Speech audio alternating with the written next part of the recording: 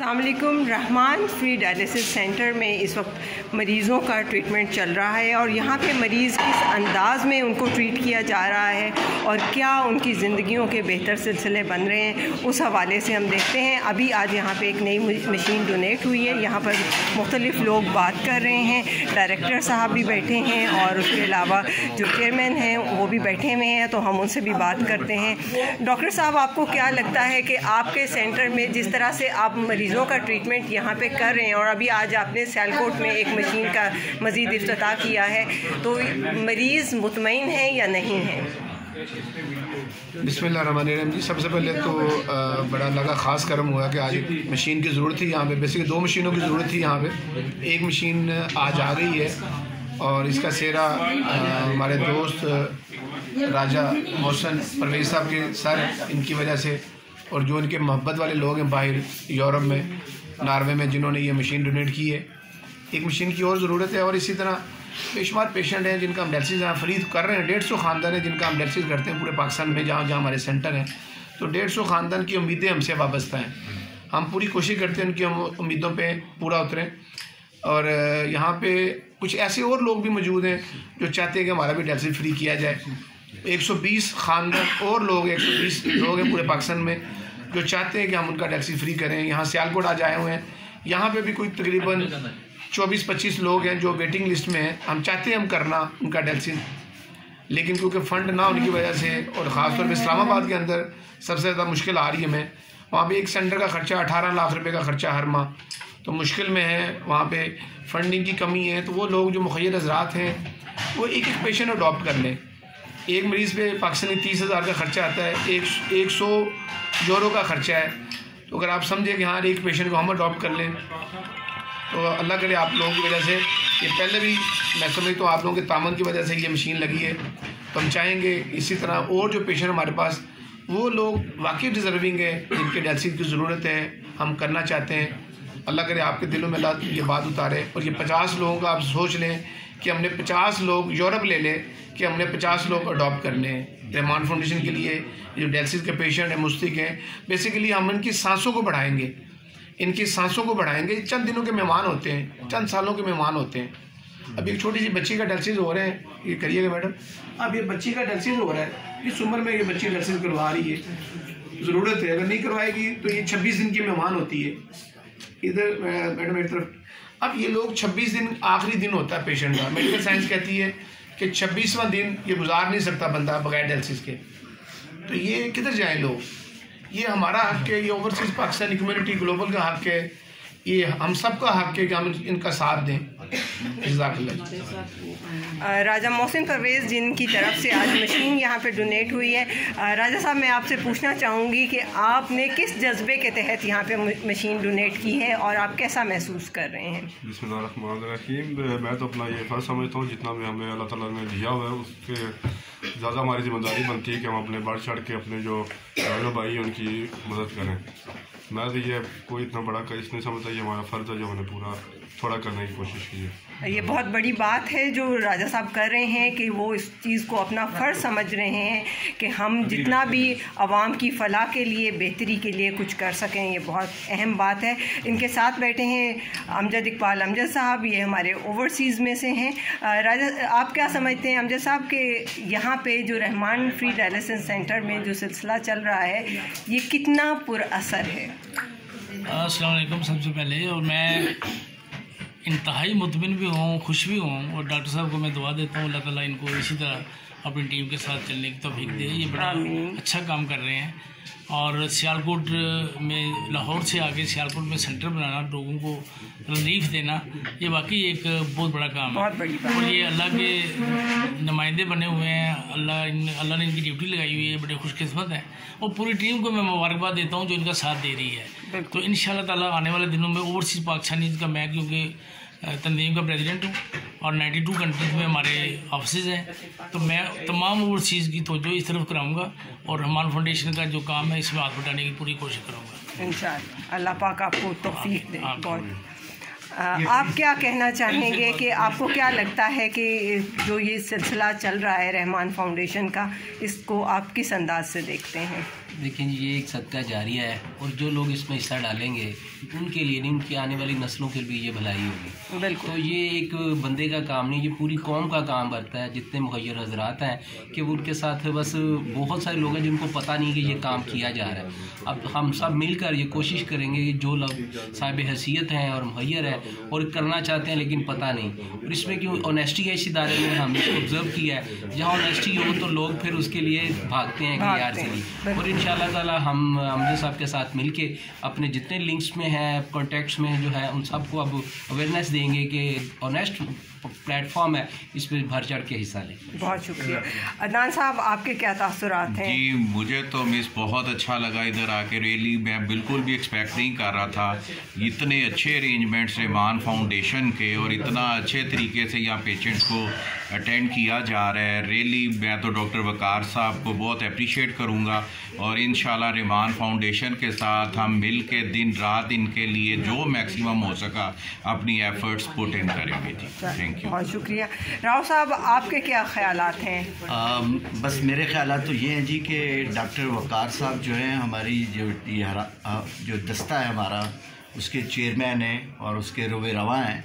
और इनकी जब मैं इस हिस्सा बना था, जब मैं लोधी साहब का और मियां उल्फत साहब का और इस टीम का हिस्सा बना था, तो जो सबसे चीज़ मैंने देखी थी जो बड़ी अहम, जो मुझे इज्जत ज़्यादा थी, कि डॉक्टर साहब के पास एक जड़ावाला से खातून आई थी, जो मैं अक्सर बयान करता हूँ कि मेरा इस का हिस्सा बनने में जो सबसे बड़ा था, वो थी खातून के डॉक्टर साहब को कहती है कि मेरे घर के भांडे विक गए ने, सब कुछ विक गया है, तो कोई शै नहीं रह गई। एक मुंडा मेरा जाता है जॉब ते मजदूरी करता, तो पैसे लैके आंदा है, तो तुसी डॉक्टर साहब हुण सारा कुछ विक वका गया, कम करो। एक डॉक्टर साहब को कहने लगी कि वो खातून कहने लगी कि मैनू ना जहर का टीका ला दो, मैं मरना चाहनी हूँ, वो ख़त्म होना चाहनी हूँ, क्योंकि मैं तो सारा कुछ मेरा। डॉक्टर साहब ने कहा कि नहीं, तू मरना नहीं, और उन्होंने फिर डायलिसिस किया और उस बाद वो जिंदगी गुजारी जिन्नी भी उनकी जिंदगी सी। सवाल ये है कि असी लोगों को जिंदगी नहीं दे सकते, कुछ लम्हे कुछ साह दे सकते, तो असी वो वास्ते कोशिश करिए। और दूसरी गल है कि असी कोशिश तो अलावा कर की सकते हैं।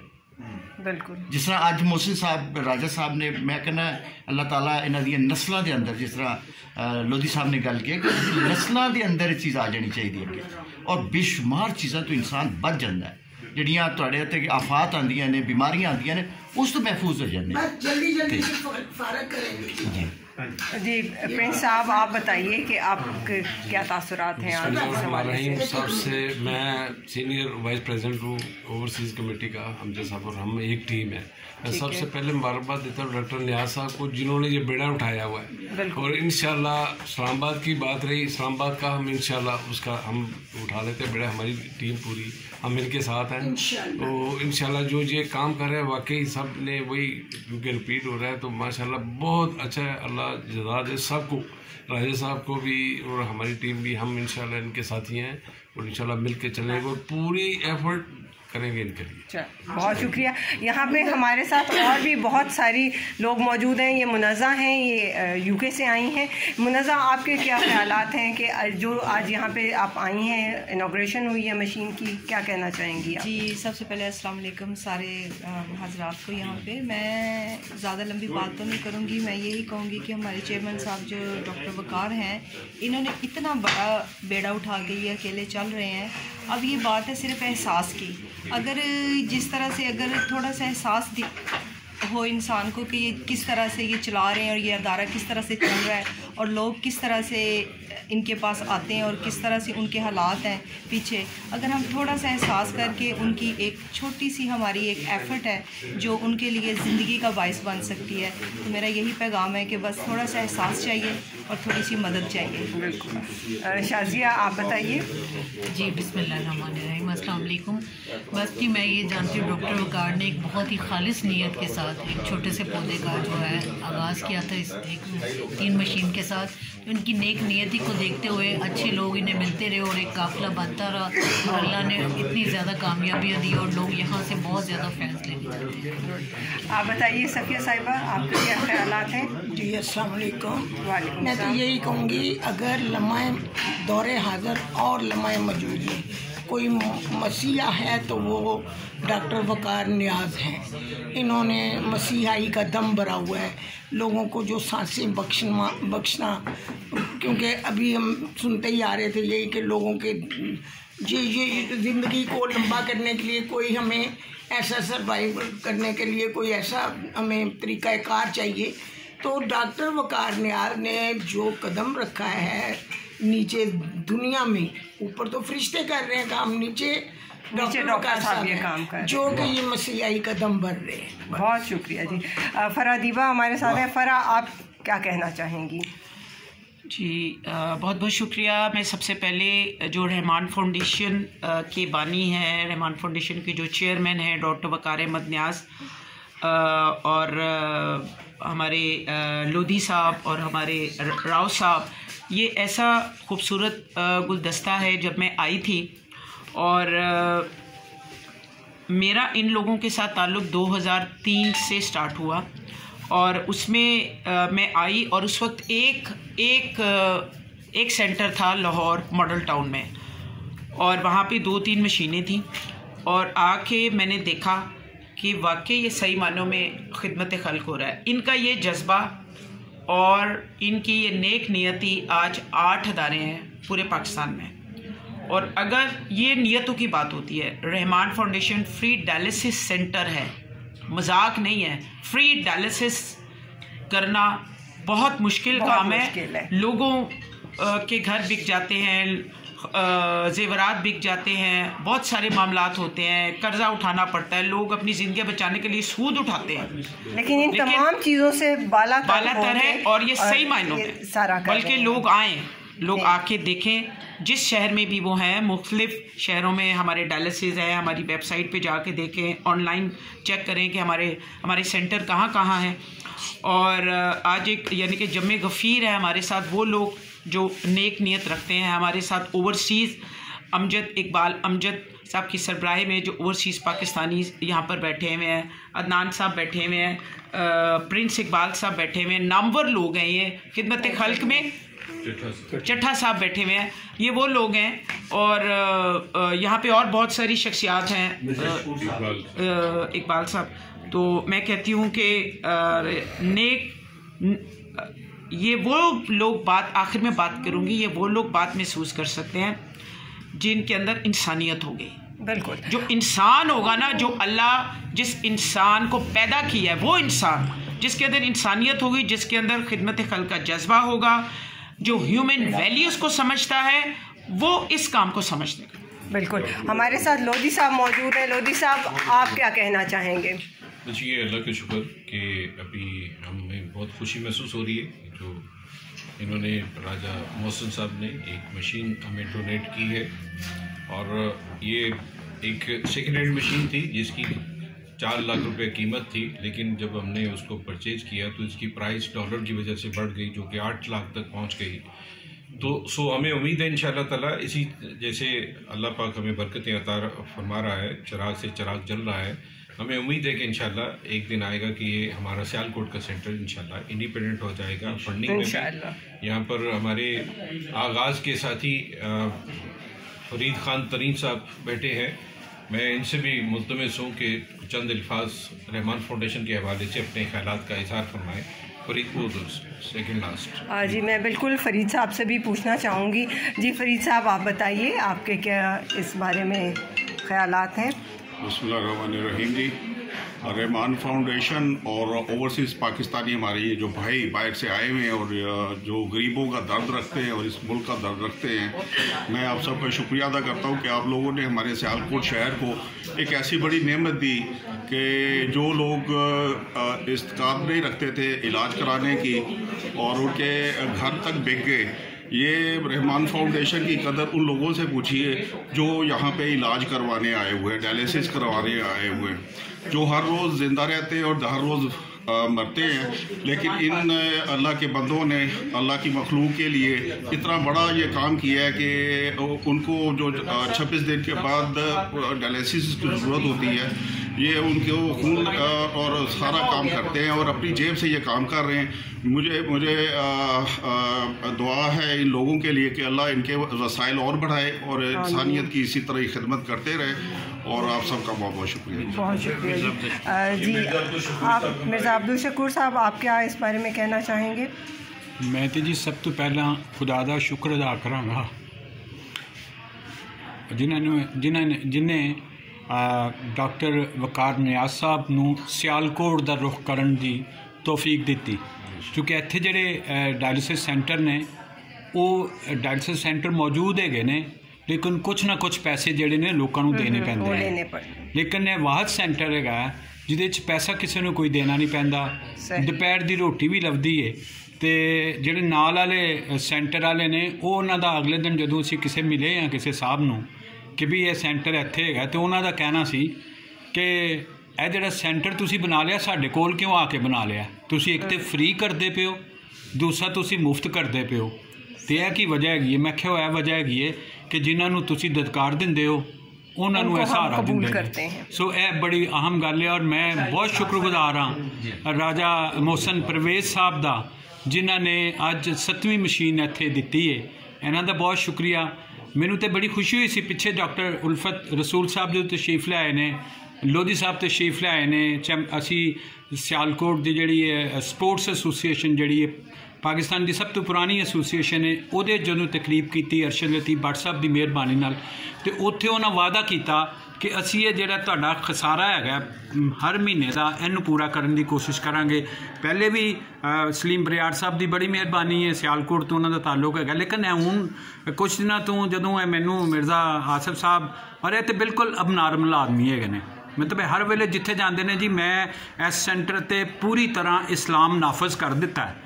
मकसद उन्होंने है कि जिहड़ा साडा स्टाफ है वो भी उस तरह ही हमदर्दी रखता है अपने मरीज़ों नाल, जिस तरह डॉक्टर उल्फत रसूल साहब रखते हैं, डॉक्टर वकार नियाज साहब रखते हैं या लोधी साहब रखते हैं। सो यह जिहड़ी सोच है बड़ी अहम हैगी है।